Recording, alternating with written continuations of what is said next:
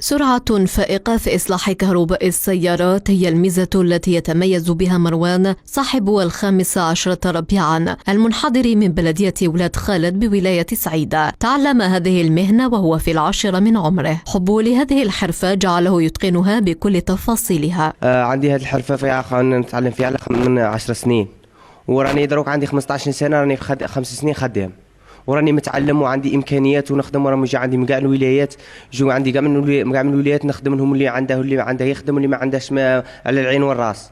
ما نقول واحد اعطيني، ما نقول واحد مهم ليسونسيال.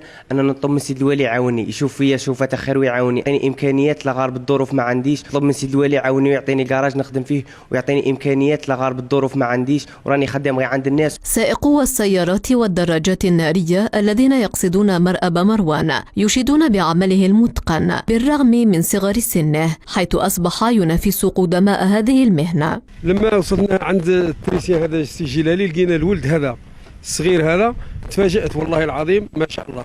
ولكن نتمنوا منه يمشي يدير تكوين في السي اف بي باش يكون عنده محل، باش الدوله على الاقل تعاونه بمحل ولا تعاونه ولا لونجام يعاونوه باش يتمكن ويزيد يتطور. ونتمنوا كاع الشباب اللي كيفاه ما لقاوش وين يجوا يتعلموا. مروان احترف هذه المهنة عن حب، وهو يناشد اليوم والي الولاية مساعدته بفتح مرأب خاص به ليتمكن من إصلاح كهرباء السيارات التي تقصده يوميا نظرا لجودة عمله.